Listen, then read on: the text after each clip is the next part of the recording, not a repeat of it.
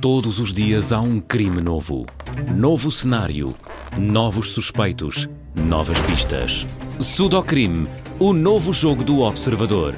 Descubra quem foi com a lógica do Sudoku e faça justiça pela sua cabeça. Na secção Jogos em observador.pt ou na app. E o livro com 100 jogos já em pré-venda. Da manhã.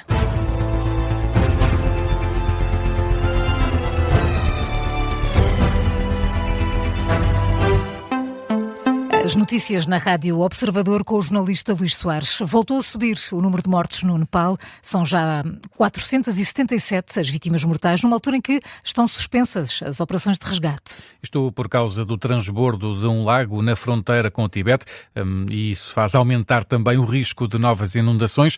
Uma informação confirmada pela polícia nepalesa. A cerca de 48 horas depois da enxurrada no Nepal e no Tibete, as equipas de resgate ainda procuram sobreviventes, mas, Carlos Pedro, as autoridades alertam agora para a subida no nível das águas no Nepal.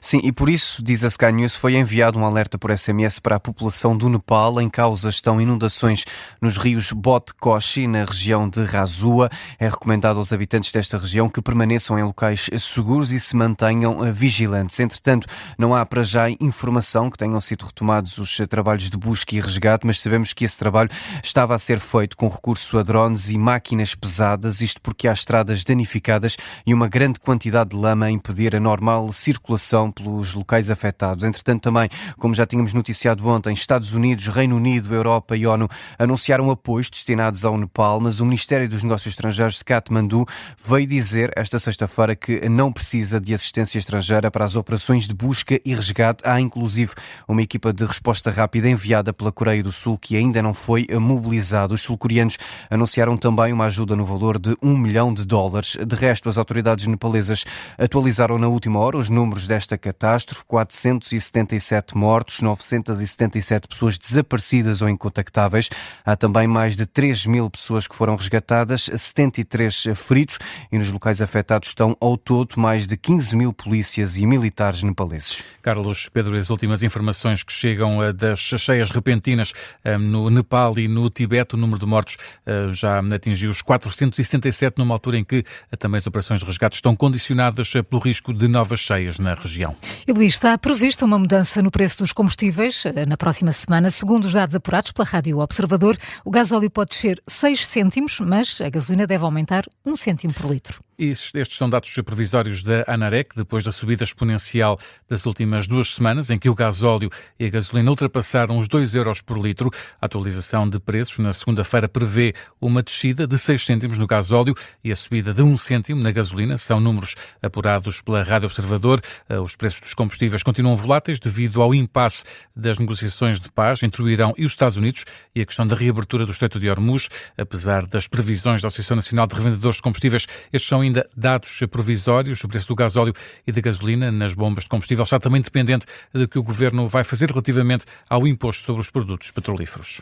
O Primeiro-Ministro defende um entendimento nacional sobre o futuro da segurança social antes das próximas legislativas, mas Luís Montenegro insiste na necessidade de uma reforma no setor, só que volta a garantir que não vai ser nesta legislatura. O líder do PSD apareceu de surpresa ontem na Universidade de Verão do PSD para responder a perguntas dos alunos, mas por videoconferência.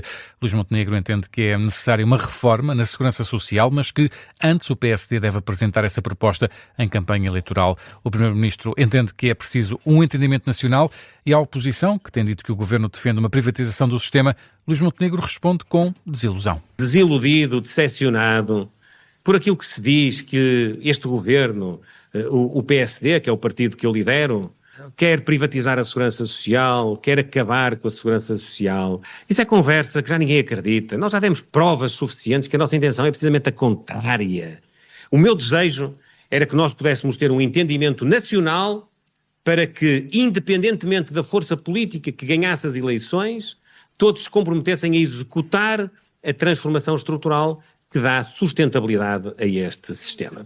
Luís Montenegro a defender um entendimento no que toca à segurança social, mas insiste que o Governo não vai avançar por uma reforma no setor nesta legislatura. Sobre o mês de setembro que se avizinha e as negociações para o Orçamento do Estado, o Primeiro-Ministro promete paciência com a oposição, mas pede também respeito por quem governa. Nós temos de ter, em primeiro lugar, tolerância democrática. E, portanto, perceber que aos partidos da oposição compete, sobretudo, ilustrar e mostrar aquilo que está mal. Se isto é, do ponto de vista da posição da governação, respeitar quem está na oposição, também convém que as oposições respeitem quem está no governo. Mas nós somos muito pacientes com a oposição. A oposição diz muitas asneiras e muitos disparates, mas a oposição faz parte do sistema. Luís Montenegro, ontem na Universidade de Verão do PSD, foi a primeira vez que um presidente social-democrata apareceu no evento de surpresa e respondeu a perguntas dos alunos da iniciativa. O primeiro-ministro volta à Universidade de Verão do PSD no domingo para o discurso de encerramento. O Partido Socialista está em busca do eleitorado perdido nas últimas eleições e pretende chegar aos 35% nas sondagens antes de arriscar ir a eleições antecipadas. O secretário-geral socialista está nesta altura a fazer um percurso pelo interior do país, num contacto com a população para tentar recuperar o eleitorado que perdeu no tempo da liderança de Pedro Nuno Santos, nomeadamente para o Chega. O PS parece ter assim uma estratégia bem definida, acreditando que a legislatura pode não ir até ao fim, mas os socialistas pensam também que o melhor neste momento é deixar a AD governar, pelo menos até que as sondagens apontem para um número mais simpático, como nos explica a grande repórter do Observador, Rita Tavares. Há muitos socialistas, e sobretudo os socialistas que estão mais próximos da direção ou na direção neste momento, acreditam que provavelmente a legislatura pode não chegar até ao fim, portanto não chegar até 2029, mas que ainda tem mais tempo pela frente e que não é o momento ideal para o Partido Socialista agora ir a votos. Há ali um número já na cabeça de algumas pessoas da direção do partido, que é o PS ter uma coisa à volta de 35% para esse cenário de antecipar eleições ou de ir a eleições ser mais vantajoso para o Partido Socialista. Claro. Antes disso acontecer, é natural que o PS perceba que teria muitas dificuldades, mesmo que conseguisse ficar à frente em número de votos, que teria muita dificuldade para formar governo e manter esse governo. Rita Tavares, jornalista do Observador, na história do dia de hoje, o PS tenta afirmar-se como alternativa responsável à governação de Luís Montenegro, enquanto espera pelos 35% nas sondagens para depois arriscar um cenário de eleições antecipadas. E já sabe que pode ouvir a história do dia no site do Observador ou então nas várias plataformas de podcast. O treinador do Benfica assume a ambição de vencer a Liga Europa esta temporada, isto depois da vitória encarnada ontem no play-off. O Benfica venceu o Aros da Dinamarca por 3-1 e garantiu o acesso à fase regular da competição. Na conferência de imprensa depois do jogo, o treinador Marco Silva assume que a dimensão do Benfica exige que os encarnados lutem até ao último jogo da Liga Europa, isto apesar dos adversários que o Benfica pode enfrentar ao longo da competição. Parece-me que este ano é se calhar uma Liga Europa um pouco mais forte do que foi a época passada, ou há 2 anos, não me lembro muito bem, mas foi a época passada, mas naturalmente pelo historial que temos como clube, pela grandeza que temos como clube, juntamente com outros clubes que estão lá de grandes campeonatos europeus também, temos que assumir aquilo que é a nossa responsabilidade na prova e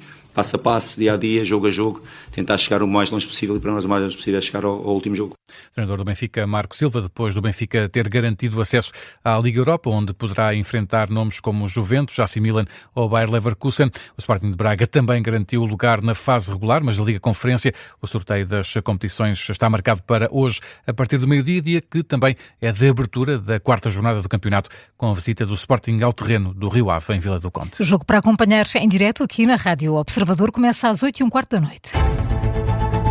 9h09. Luís, antes do explicador, que outras notícias marcam esta manhã? Morreu o rei da Noruega, Harald V, aos 89 anos. O monarca estava internado no Hospital Universitário de Oslo desde 17 de agosto, depois de complicações relacionadas com uma anemia hemolítica. Ontem a Casa Real Norueguesa já informava que o rei estava em estado muito grave. Harald V morreu esta manhã. O príncipe Haakon é o herdeiro do reino da Noruega. O exército israelita voltou a invadir a Síria, disparou projéteis a 50 km da capital, Damasco. De acordo com a emissora estatal síria, o ataque foi realizado a partir de uma colina controlada por Israel desde a queda do ex-presidente sírio Bashar al-Assad.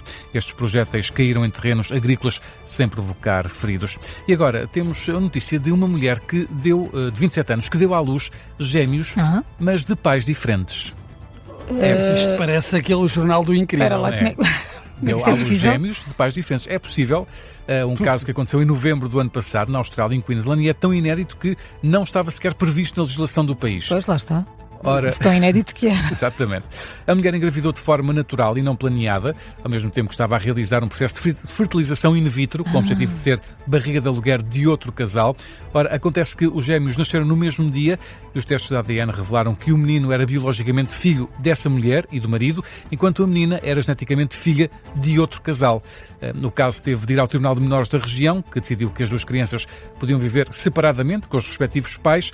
Os dois casais são amigos e, portanto, garantiram que estes irmãos, pelo menos da mesma barriga, vão manter o contacto e também crescer juntos. Isto é a natureza e a ciência. É bonita, linda enfim. demais. Linda. Não, tudo está bem Tudo quando está, acaba. Exatamente.